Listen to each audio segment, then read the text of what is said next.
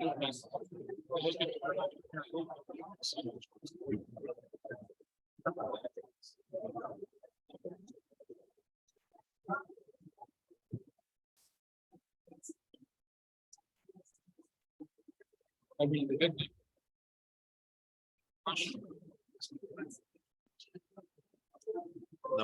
worked on planning.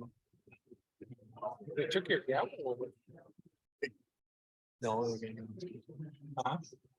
we can't get the. Oh.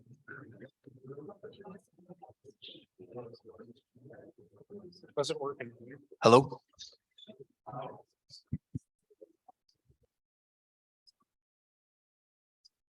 Hello?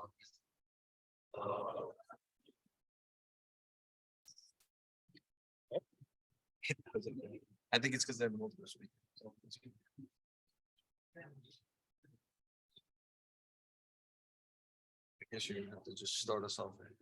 And then we're gonna have to click it every time.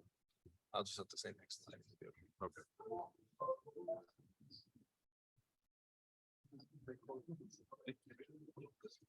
Good evening, everyone. I want to thank you for coming to this flood preparedness town hall meeting. For those of you that don't know me, I'm Andrew Haskin. I'm the Lyon County manager. So as most of you are probably aware, the Walker River Basin received a record amount of snow this winter, which is really great for our water outlook, but it does present some challenges for us with flooding with the spring thaw. And so that's really what today's meeting is about, is to share that information with the community and to share some information on preparedness for potential flooding as the weather starts to warm up. So today we're going to be hearing from Bert Bryan with the Walker River Irrigation District. Oh, sorry, you can't hear me?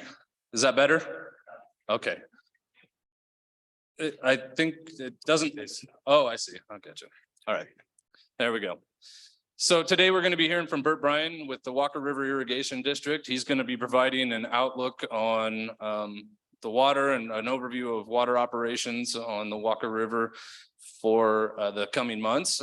And then we're going to be hearing from Taylor Allison, who is Lyon County's emergency manager, emergency and communications manager.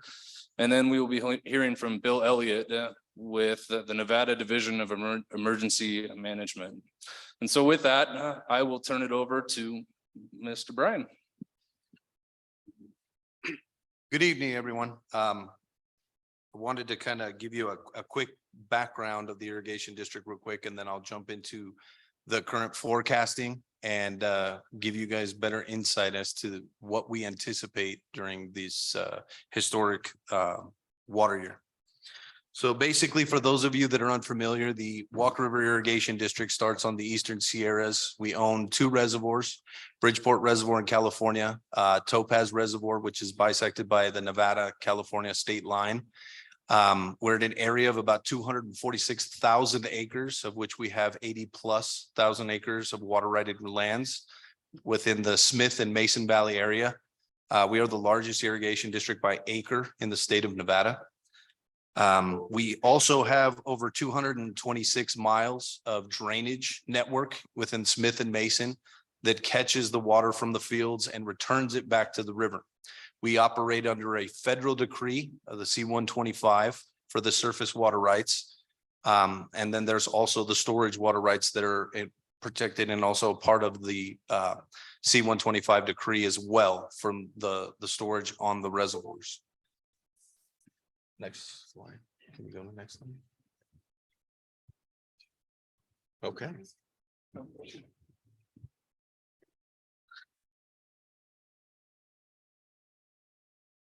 Okay, so this first slide is an image from the March event. March 10th, we started flooding in Smith Valley, and March 11th and 12th, we started flooding in Mason Valley. The photo on the left is the major turnout for the Pitchfork Ranch up on the East Walker. And the photo on the right is right off of the Plymouth Ditch in Smith Valley. The flooding that occurred in March was purely from low level snow. It started on the low end with rain, and it continued to rain for several days, causing a major event. For those of you that are unfamiliar, the 1997 was what they considered the 500-year flood. In that period of time, when we hit peak flows, there was 2,350 CFS that went down the East Walker during 97. There was over 2,600 CFS that went during the March event, and this was purely a rain event. We were only releasing about 200 or 300 CFS out of that 2,600 that actually came down.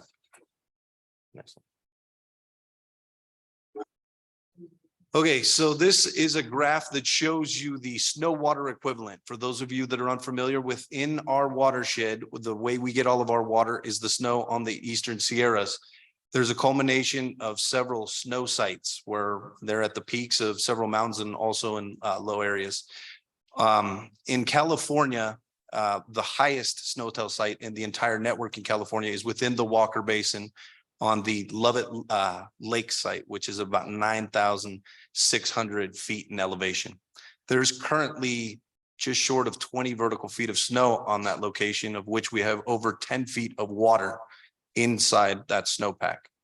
As of today, you're still at 328% of average for the date. So to put that in perspective for you, we'll go through several slides to give you a better understanding. But on this graph, you'll notice that there's a period of record. They're shaded in different colors. The black line is where we're at.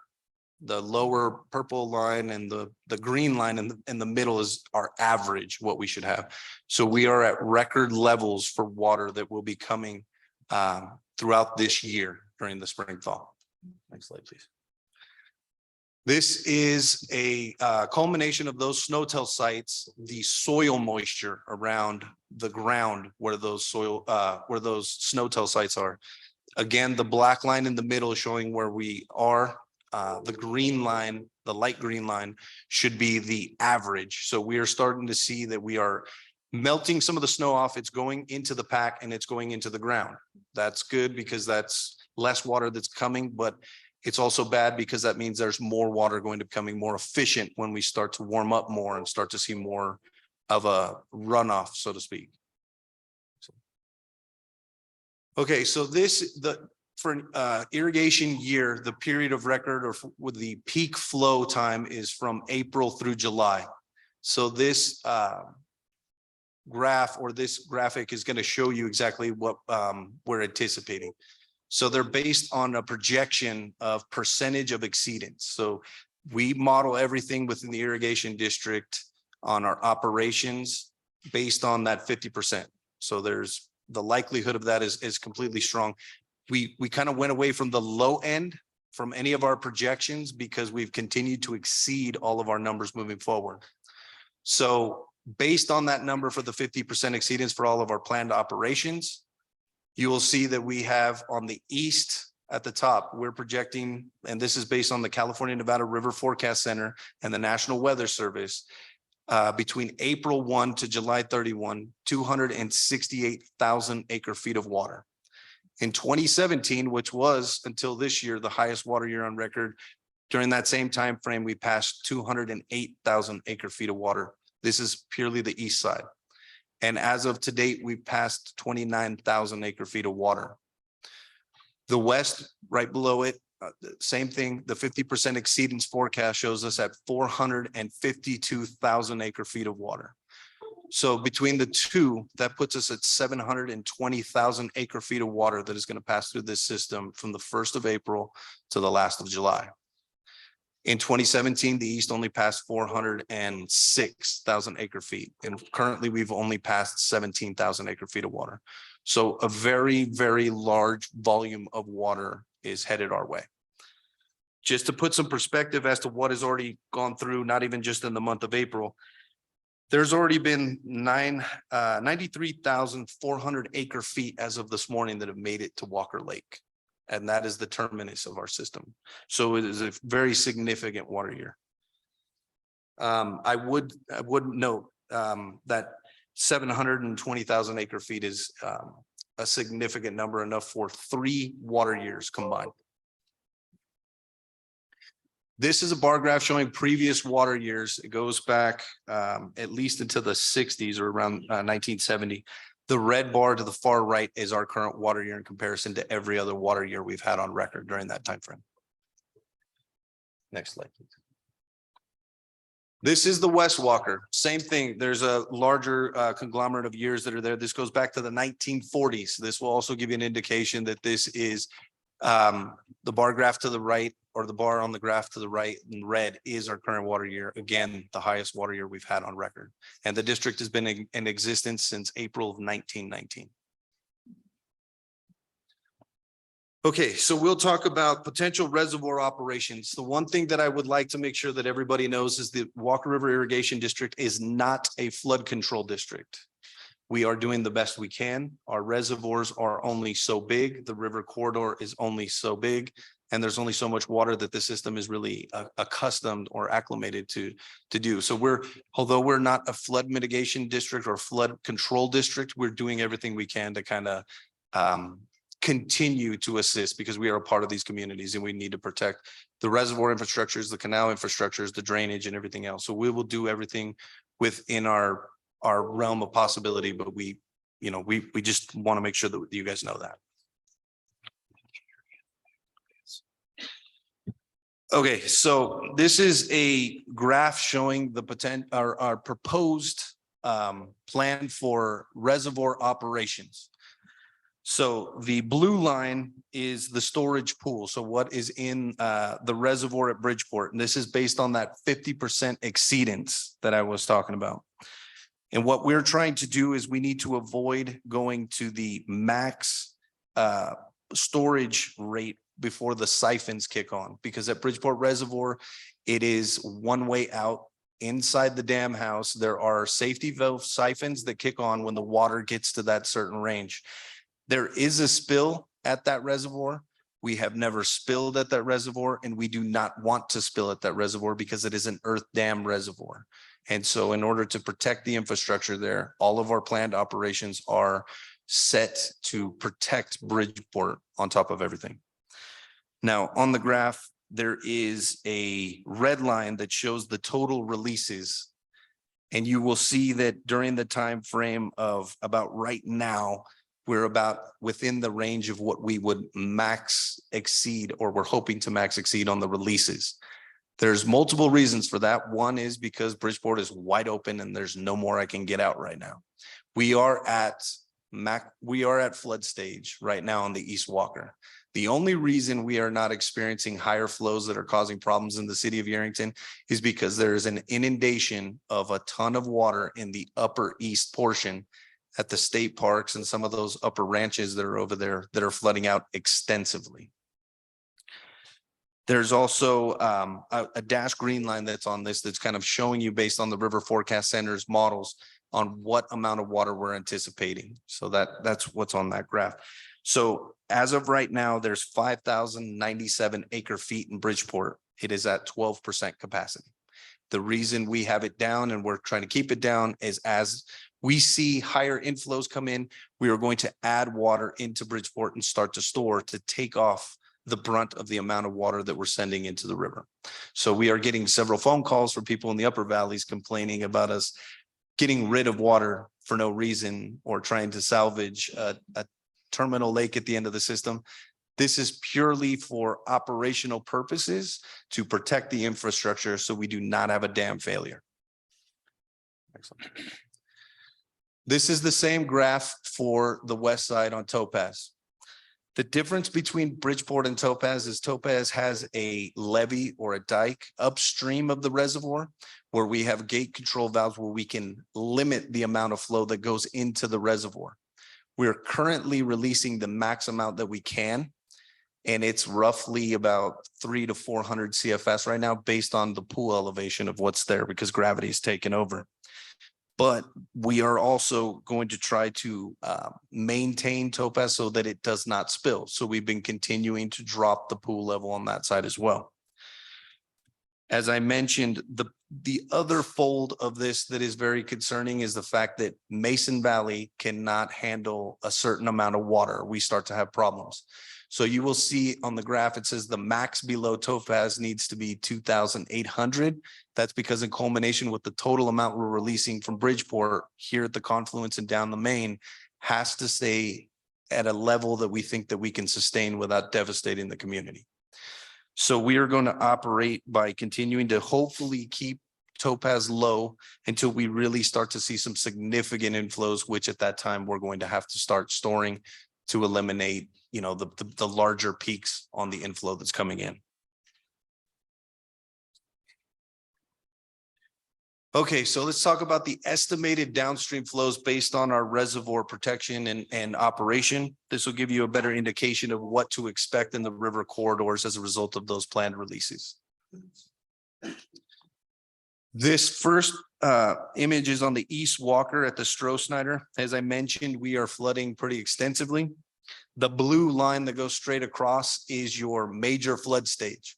The green line is the minor flood stage, so the low end of flooding. We typically start to see flooding occur at 800 CFS, and then it continues to rise in the severity as that extends.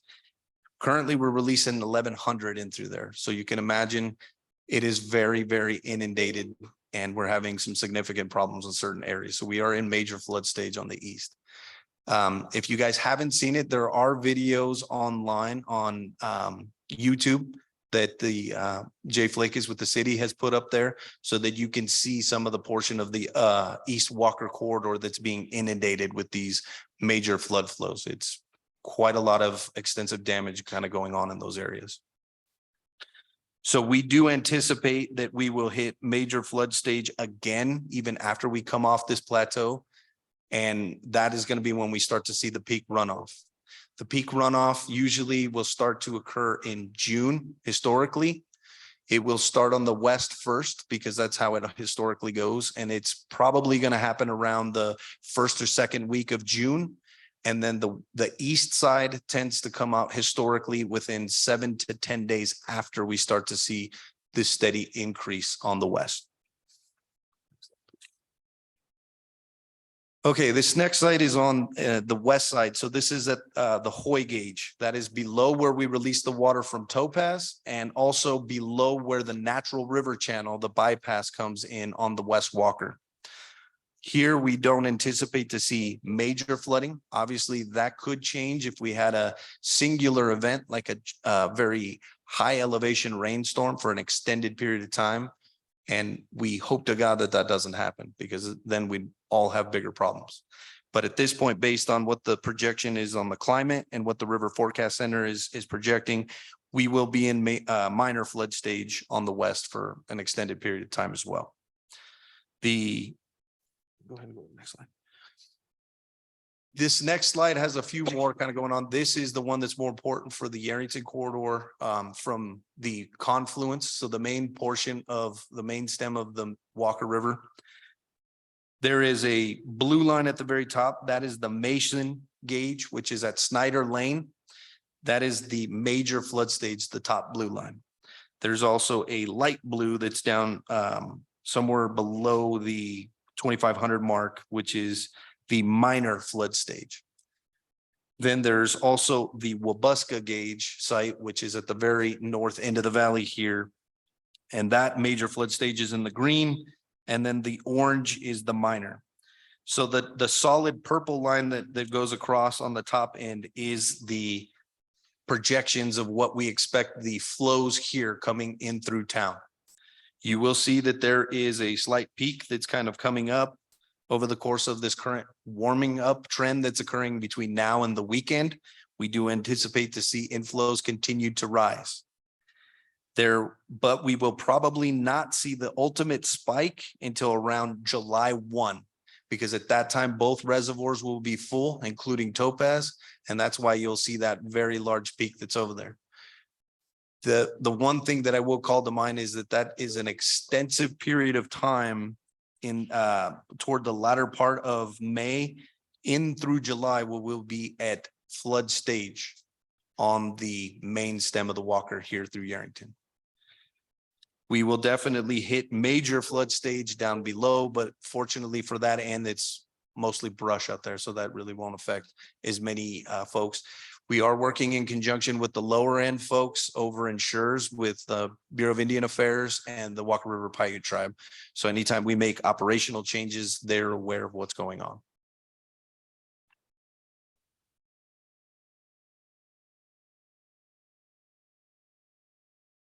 You can go to the next one. So in conclusion, at the 50% forecast, we are projecting to see more than 100,000 acre feet of water pass through the system than what we saw in 2017. That could easily change depending upon any further storms. What we're hoping to see is nothing more than 3,500 in the river here in town. The one concerning portion is, for those of you that saw when we had the singular event in March, we were only running about 2,400 CFS. So we're talking about 1,100 feet more in the river than what we saw on the 11th and 12th of March this year.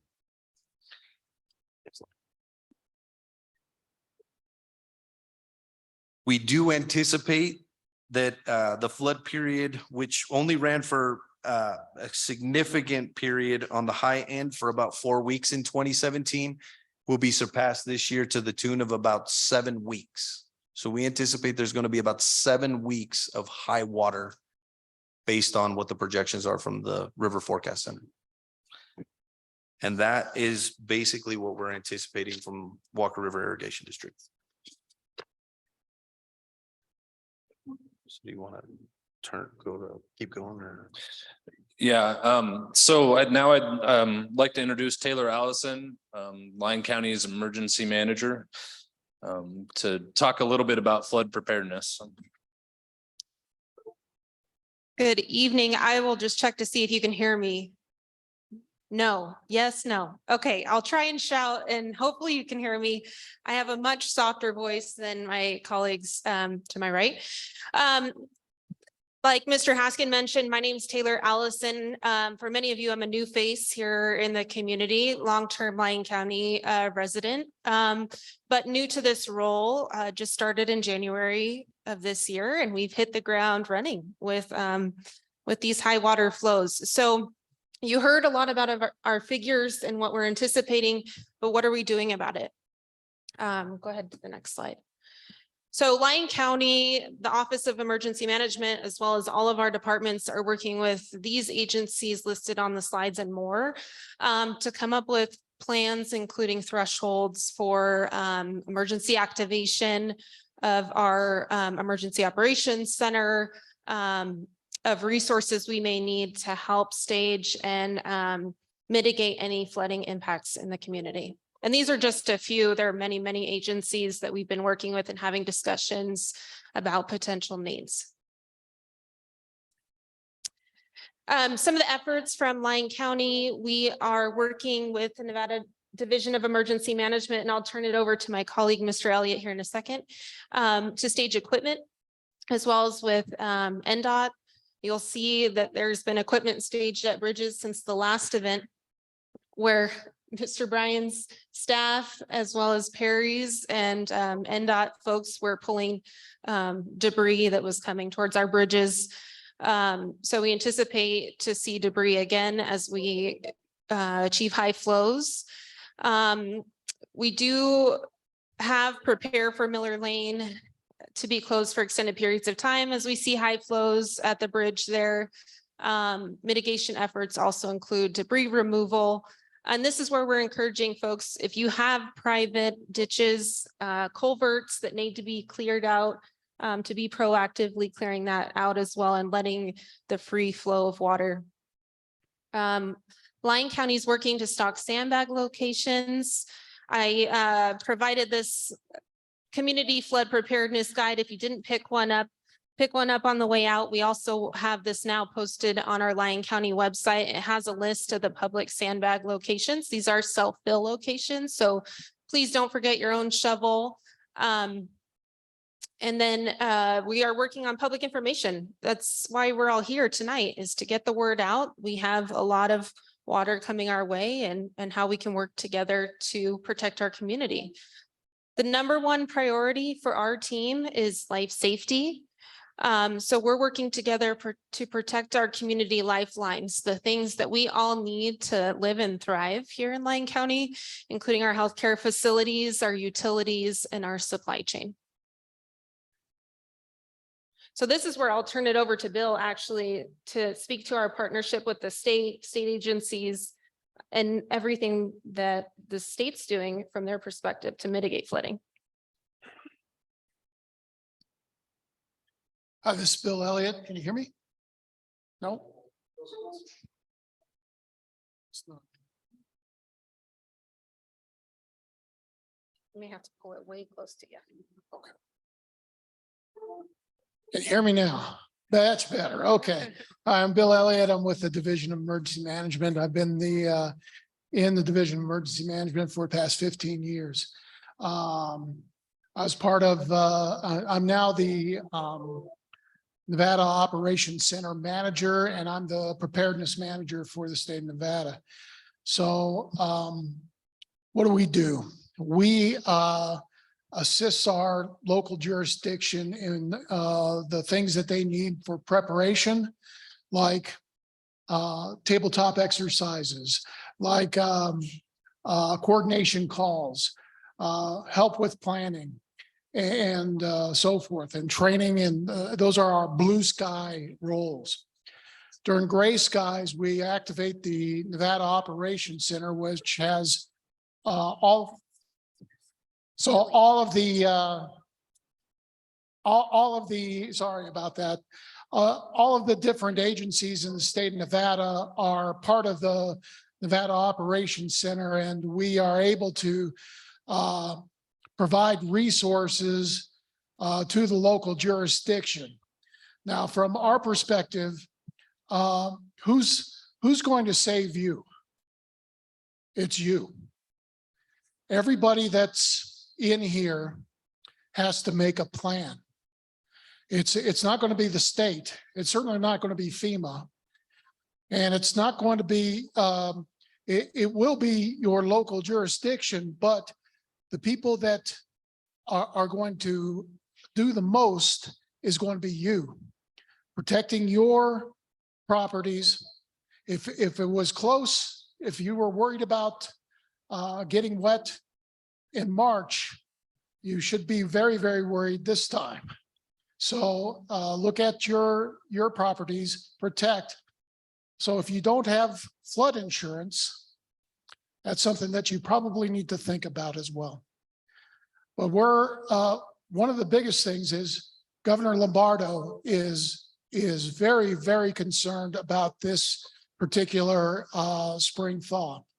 And he has directed the Division of Emergency Management to do everything that they can to help the local jurisdictions prepare.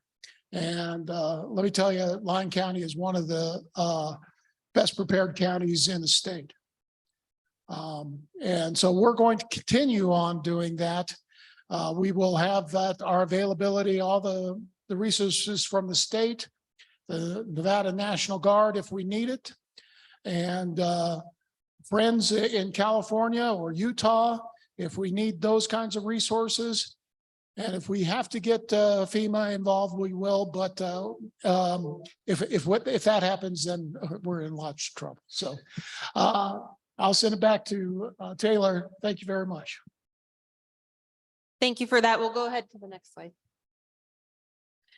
So the first step that you can do is know your alerts and warnings. The National Weather Service Reno office is really good about working with us to put out flash flood warnings, flood watch warnings, and a flood warning. We actually have a flood watch warning in place for this weekend with the warm weather. And so what do those mean? So this slide is the difference between especially a flood watch and a flood warning.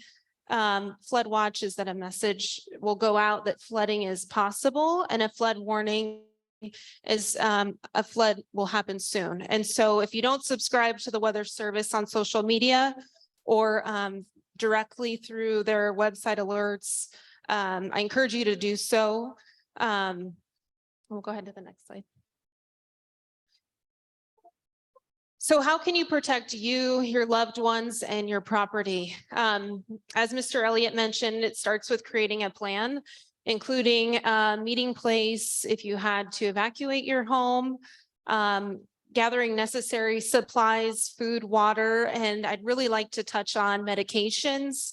A lot of insurance companies only provide 30 days worth of medications. If we were, in a situation where we had supply chain issues, we had a bunch of road closures in the last few months. So have those conversations now with your healthcare providers on getting enough prescriptions. If we had an event such as a 45-day long event here in the community, think about your pets, large animals, document your belongings, including your property, and then knowing your flood risk areas. If you had flooding impacts in 2017, you likely are going to have some flooding impacts in this event and then some. So please don't hesitate to reach out to my office if you have specific questions related to your property and flood risk. And then, of course, to protect your property, Mr. Elliott mentioned the flood insurance program, but I can't encourage enough the sandbags. Those are the quickest, most efficient way to protect your property. So visit our sandbag locations. And then if you do need assistance due to mobility challenges, please reach out. We can't necessarily provide that to the entire community, obviously, but can help connect to volunteers. We did have great volunteer groups that did come out. Search and Rescue helped fill and place sandbags, as well as a volunteer group of veterans known as Team Rubicon. They were great help to us back in March. Who to call? There's a list of phone numbers. During an emergency event, we may activate a call center to help relieve our dispatchers and keep our 911 lines and our non-emergency dispatch numbers for truly that, emergencies. And so if we do activate a call center, we'll push that number so folks have access to it. And it's also provided in the flood guide. However, that number is not staffed when we're not in an emergency activation. So please keep that in mind. So here again is a list of our self-built sandbag locations. We have them across the county. The city of Yerington also has a location. We partner closely with the city, so thank you for that. And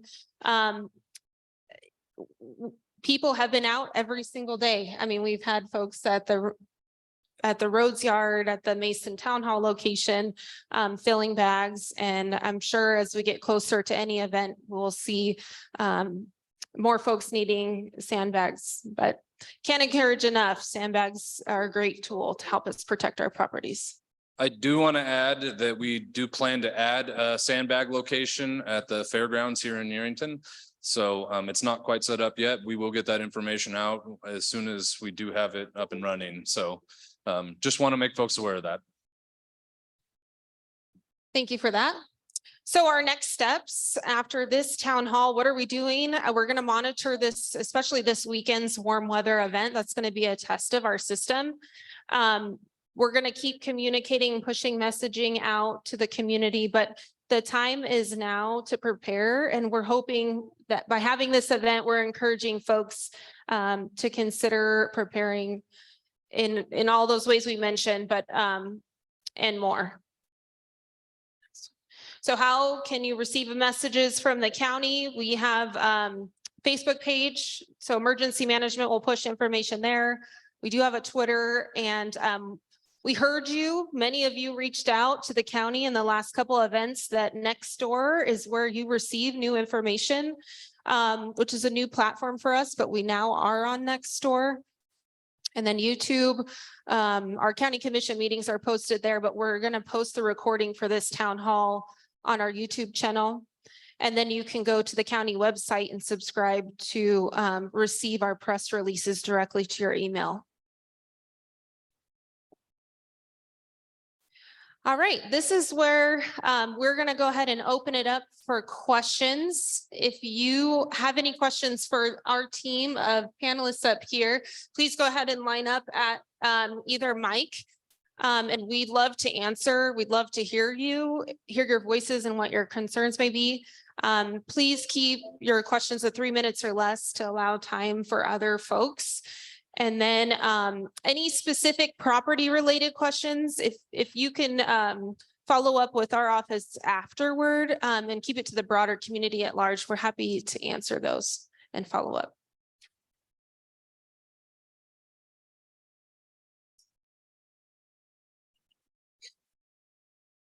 Hello. Can the National Flood Program put a moratorium on flood insurance? Have they, or can they?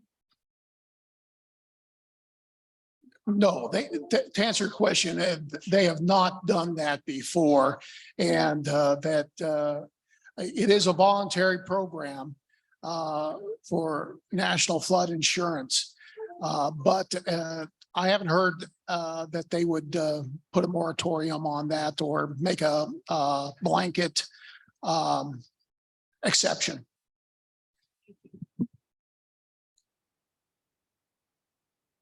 Hello. Do you guys have any like a map that actually has the flood zones in this area? Or do you know how we could get that information? Yes, so the first place to start is there are FEMA flood maps. There's a link in the guide that I put out. To access it, you can get to our website and directly to the FEMA flood maps. But we will also, in a flood watch or flood warning, a lot of times work with the Weather Service to say this particular area would be impacted. So any of our community alerts, and we're doing our best to really make it a targeted message. So we could get out, we are anticipating impacts at the Mason gauge and are getting out that information. Anything else to add there? Yeah. And will you be using that red alert system for communicating, or? The code red, that's Code a red. great question. So that is one tool that we do have currently. Lyon County is working, Lyon County Emergency Management is working with the Sheriff's Office on a new platform that would help get messages out, but that is a tool we still are using, is the code red reverse 911 system. We did use it. It's not a perfect system. So just know when you register, it's landline based. You have to opt in for the cell phone notifications. So I strongly encourage folks to sign up. But at the same time, keep in mind there's flaws, and we'll push out in multiple areas on social media and others.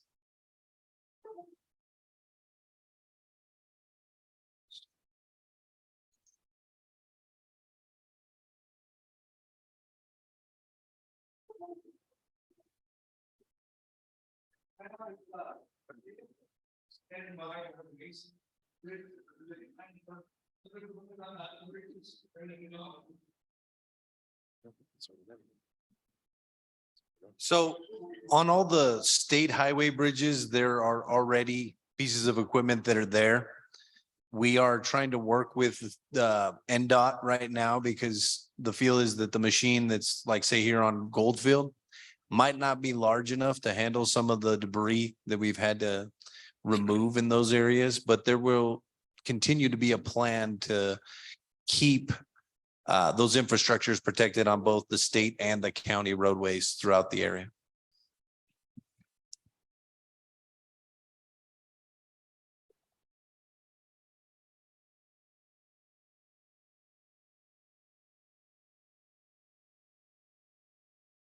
I'm fairly new to this area and all this is fine and dandy. What I'm looking for is on the road out here, how high is it going to get? Is it going to get 20 foot, 40 foot, 10 foot, 2 foot? How high do we expect it to be? Which road are you referring to? Pardon me? Which road are you referring to? We're in Goldfield over here. Goldfield, gotcha.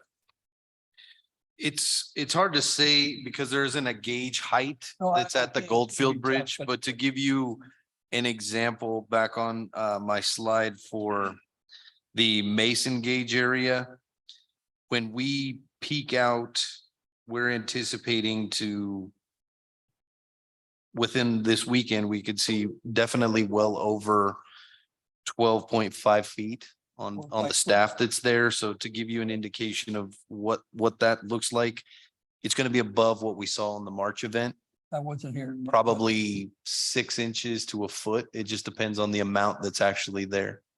So, So you had water that was inundating properties in the Mason area.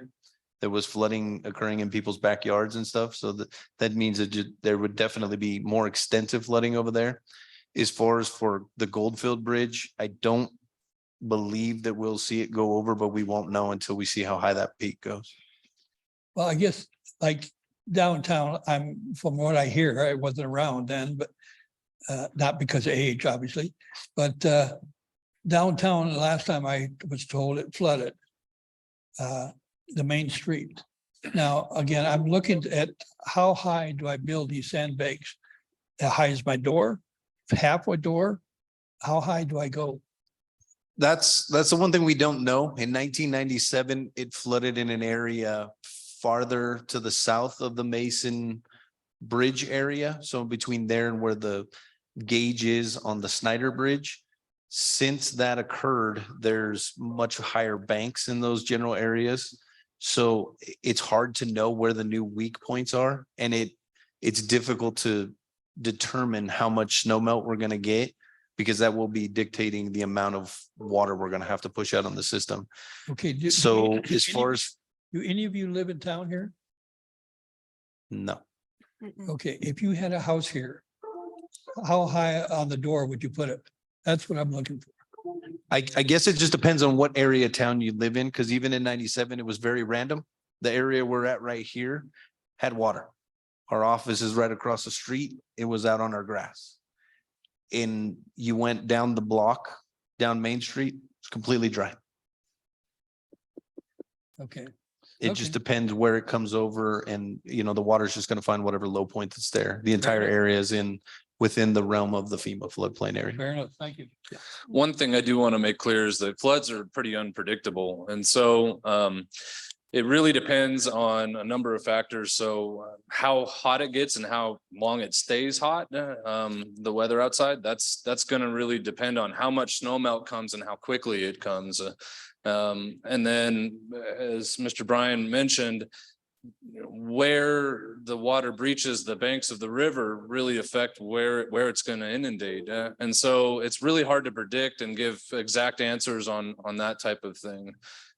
So I want to make it clear that that it's best just to be prepared, and hopefully we'll have a little bit of time before we experience that flooding here in town.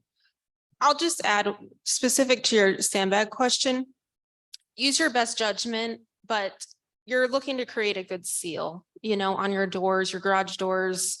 Don't forget your outbuildings. And so anything you can do to create a great seal around those doors, and the amount of water we can't say, but use your best guess based on if you were here before, your proximity to those flood prone areas. And if, like I said, if you do have specific property related questions, you can always reach out directly to my office, and I'm happy to have further conversations.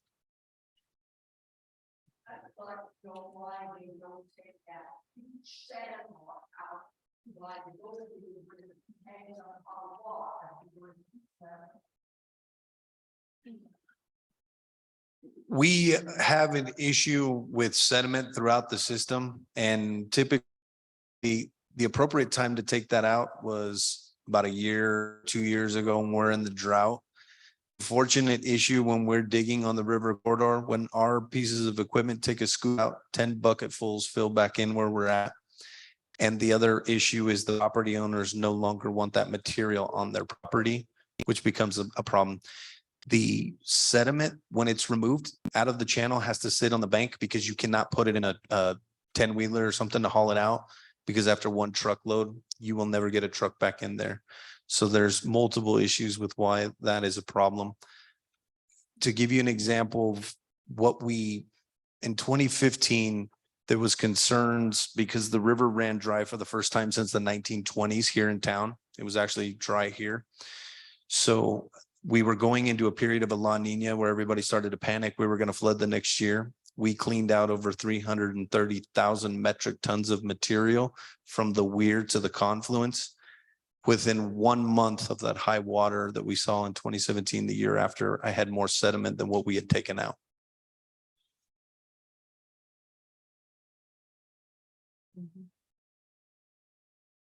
Hi, I was one of the property owners that was flooded in March. I happened to be home by myself. My stepmom called for sandbags because at the point the water was about 20 feet from the garage. She gave me a number. I called for sandbags.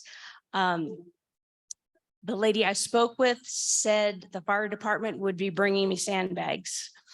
4 hours went by. No communication, nobody had showed up. So I took the tractor and started pushing a berm. At that point in time, the water was 6 feet from the garage. 2 days later, I find out from my neighbor that the fire department came down Missouri Lane. So I apologize, about the south end of the valley on Missouri Lane. They closed our road. We didn't know our road was closed. And 2 days later, we find out that the fire department, who was trying to bring me sandbags, got stuck and had to be towed out. They then ran around to the backside and they also got stuck out on the Forest Service property. My point in sharing this, the communication I had with the lady that was going to organize the sandbags, I received a call. She was saying that the fire department would bring me sandbags. That was the only call I received. Not, hey, we're sorry, they're stuck. They had to be towed out. So I'm sure at some point in time, they had to have been notified that there's a problem. So when the communication starts up for this up and coming problem, my only suggestion is please follow up with individuals. I happen to have the resources and the know-how to take a tractor and start pushing some dirt. The water hit the dirt, it eroded away like sugar, but I just kept pushing. Not everybody has that ability. So that's just a note to try to keep in mind.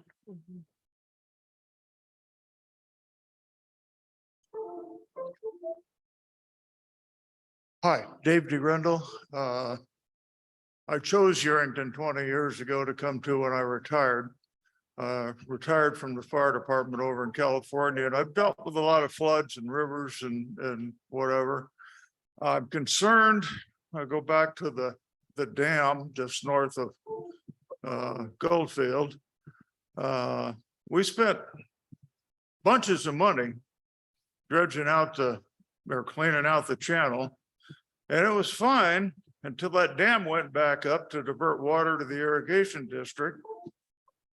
I don't know all of the laws concerning water rights and whatever here in Nevada, but it seems a little strange that the water users that are taking water in that ditch don't seem to be allowed to pump the water out of the river. They have to gravity feed it, so they have to dam up the river. And that's when the channel fills back up. When the river's dammed up and the water slows down, all that silt gets deposited.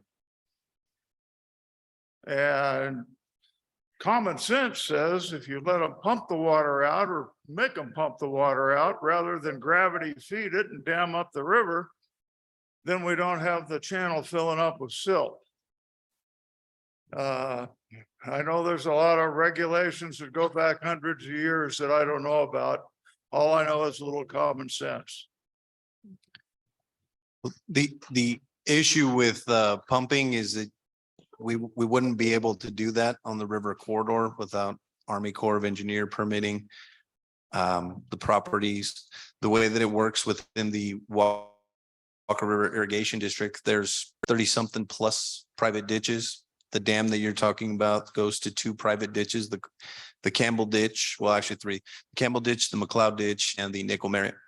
Right now, those ditches and their service of water are actually assisting from us from flooding. The amount of water that they're pulling out proportional from the river is actually taking the total overall volume out. With regard to the sediment that builds up there, that's not even one of the heaviest laden sections of sediment. The largest one is at the bottom here on the north end of the airport at the weir. It is the largest structure in all of the Walker River sections. During the period of 2015, when we took the sand out, we took in some portions over 18 vertical feet of sand. When the cleaning took place down over here, it was only about 2 to 3 feet.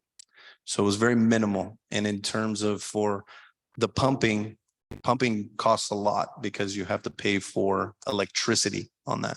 Also puts a heavier burden on the infrastructure on top of the wells that already exist in this area. So there's several reasons why they go that route. There's low impact. They're assisting in several ways. They actually do a much harder component of working with it during the drought years than they actually do the flood years, to give you perspective. So, and those water rights extend back to, I think, 1864 or 1865. So they have the jurisdictional priority over, no one's been around that long around here. That's part of the point. Maybe the time to modify some of those regulations and bring on this modern standard. I wish that earlier was cleaned out. And remember the problem with this and guys were in the country was people out there, I don't know if really. If they didn't have now, they would start with money. It's probably like it was then. We watch people do that all the time. Anyway.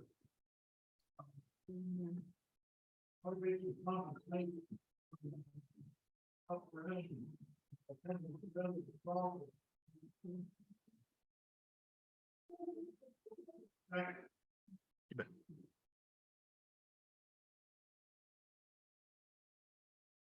Do we have any other comments, questions? Start with this gentleman in the front and then I'll go to the back, okay? I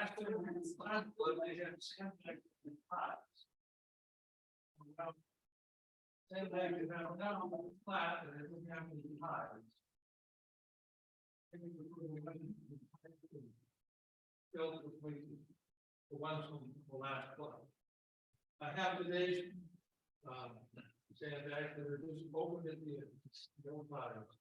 So the question was regarding sandbags, that he was commenting that the sandbags that we have don't have ties, that they don't tie at the top. It's actually more efficient if they don't tie at the top. If you fold it over and lay it over, they seal a lot better than the ones that are tied. So that's why they don't have ties.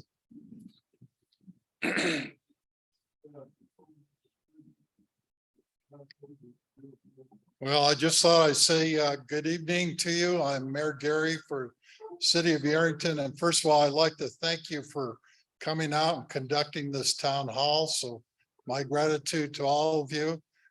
You touched on a lot of things. Probably the greatest resource is this little pamphlet that we have. A wealth of information is in it. So it's up to us to make it available to us and act on it. I might say you all touched on it, but our greatest strength in this community is our neighbors, helping neighbors. I've seen it time and time again. Makes me proud to be part of this city and part of this community. And whatever the problems are, we're hardy people. We're going to get through it. And I can assure you of that. So we appreciate all the backup and the resources. And I by no means have drawn this evening to a close if you folks have more questions, but I would be remiss if I didn't thank you.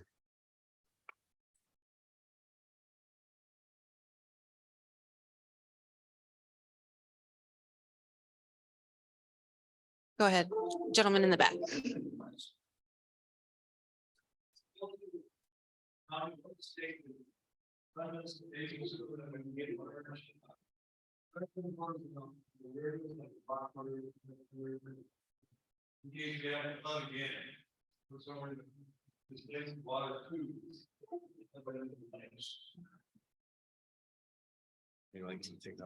Well, from the state's perspective, we can't, that's part of where you talk with your legislators.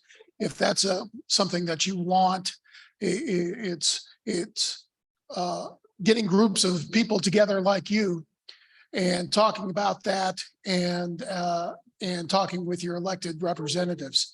From a Division of Emergency Management, we have what's called a mitigation program. And one of the things that we do is if we have a disaster and we bring in a lot of equipment and a lot of people, we get it back to broken. We don't get it back to better. But mitigation program gets it back to better. So then we have to talk to and get a hold of experts from like the Army Corps of Engineer, your engineers, to look at the problem areas and develop investments. And that's what we try to push as well. We have what's called a hazards mitigation plan, and every jurisdiction contributes to that. And you have a hazards mitigation plan, but it also looks at those areas. Not every investment is approved or invested in by the federal government, but if you push every year, then that's something that, and especially with you folks that are experiencing the issues, that you come up to the leaders of your jurisdiction and say, hey, is there any way we can get some mitigation for this area? It seems to flood every year. I apologize, there's sun in my eyes, so I can't see you. But I just want to add, since Mr. Elliott touched on Lyon County's hazard mitigation plan is actually in the process of being updated. We're working on the update this year, and part of that requires a community survey to gather feedback on mitigation projects. So that's a little plug. Keep an eye out for that. It'll be a little later into the summer. We'll push that out to gather feedback on just that. So thank you for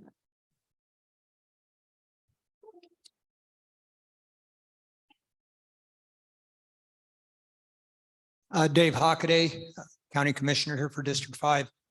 I'd like to thank Mr. Bryan.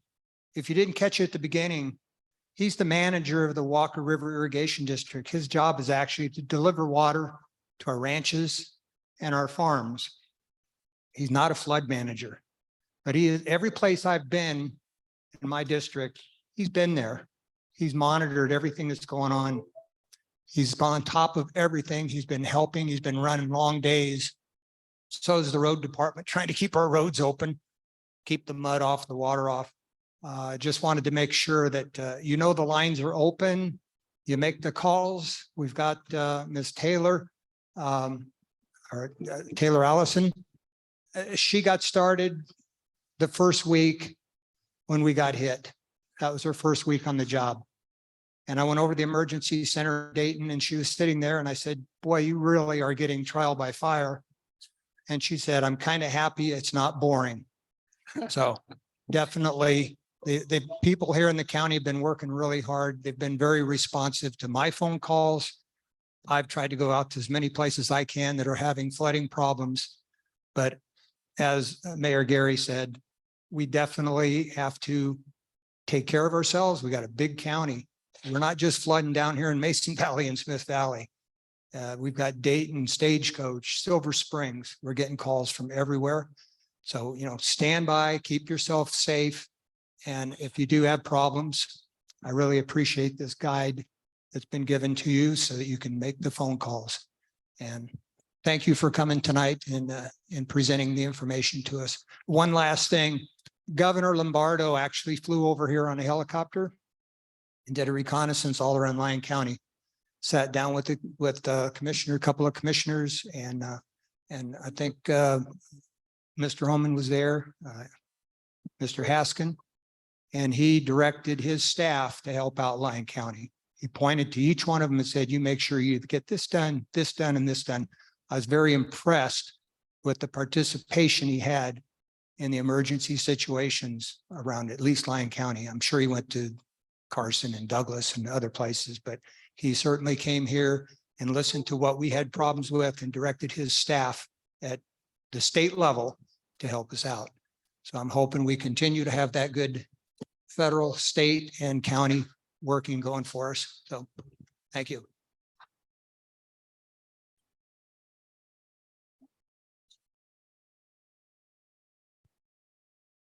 In 1997, they cut the road out here and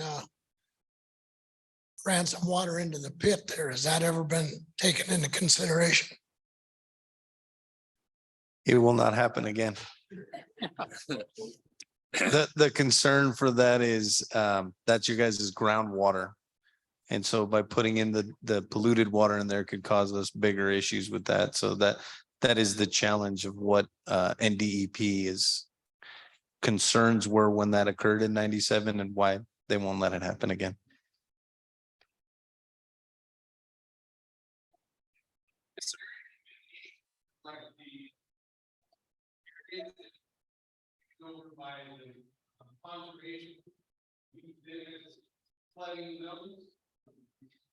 They are very graciously assisting us by flooding in those areas voluntarily right now.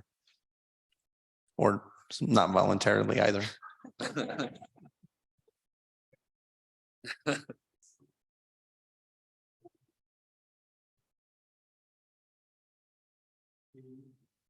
Any further questions?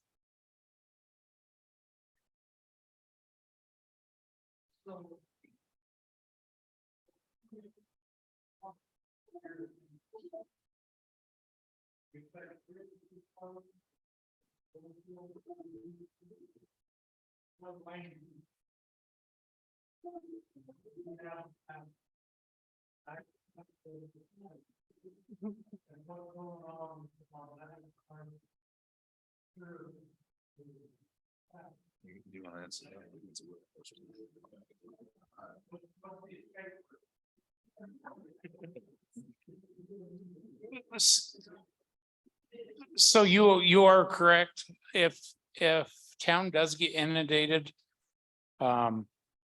it for one, it depends on where the water comes out of the river. We have Snyder Lane, Nordike that you may be able to get across depending on where the water comes out of the river. But if it comes out above that and all of those roads are flooded, you would be correct. Going east is really your only option. The big concern right now is we had a meeting last week that NDOT was at. And they had big concerns of having to shut 95 between Fallon and Schurz down due to the water that they're letting out of Lahontan right now, flooding the desert. In 17, they put pipes under 95, they closed 95 for a week, put pipes under it. Those pipes were for the one weir that they installed that year. They are currently installing a second weir to dump more water out into that desert that their pipes will not take the water underneath 95. So there is the potential for 95 between Fallon and Schurz to be closed as well. So that only leaves one option going towards Hawthorne. But we're hoping it's a guarantee that Miller Lane is going to get closed here in the near future. There's no guarantee that we're going to see water here in town. A lot of it's going to depend on how Mother Nature treats us, how hot it gets, if we can have warm ups and then cool downs where it'll peel some of that snow off, get the water through the system down here. That would be a big help. We did have that to a point in 2017. So it's anybody's guess at this point right now, what roads may be flooded. But I mean, we have 208 out to 339 at the mouth of Wilson Canyon. That could potentially be an option. I know in 97 Wilson Canyon closed due to the flooding. Unless we see a significant long-term rainstorm on the snowpack. I don't believe that may happen. We could have another rock slide though, which we all just went through that experience. So, I mean, it all depends on Mother Nature, what roads will be closed, which ones will be open. We're playing that day by day. We're monitoring everything. I mean, currently we're dealing with some flooding coming out of the pine nuts over in the Smith Valley area, trying to deal with those issues too. So we're out and about and keeping eyes on as much as we can currently. And if anybody from the public sees anything, by all means, Taylor had that list of phone numbers.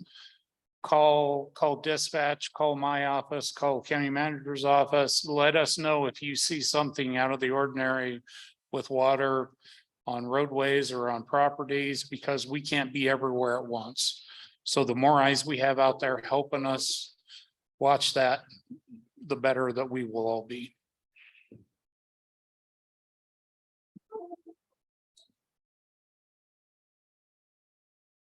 This is probably a silly question, but it came up. Is there a proper way to put down a sandbag? Do you put tarps under it? Do you fold it over? I mean, I've got sandbags galore at home now, but I don't think I have them in the best positions. And I know it's probably a minor issue, but might be major down the road. Take that. That's a great question. So if you have a tarp to put down before so that you can fold over, that would be really effective. But if you don't, what you want to do is take the sandbag, don't tie it. What we found is that if you just fold it over so that you have kind of a straight line there and it's flat, and then you can butt the next sandbag right up against it, and don't fill them completely full. That's a mistake that a lot of people make. So and then as you're stacking your second row, if you can, offset it a little bit. But if you can't, just continue to stack up in the same manner. I'm making a note, so I will add that. I think that's great information to add to our county website with flood information. So thank you for that.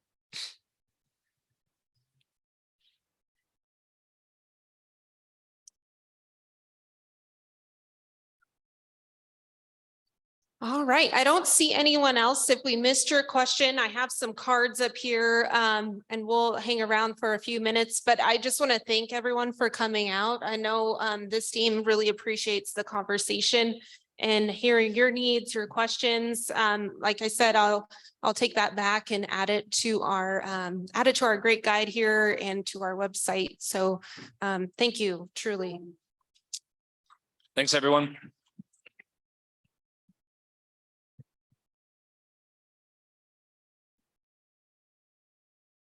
No, it's okay.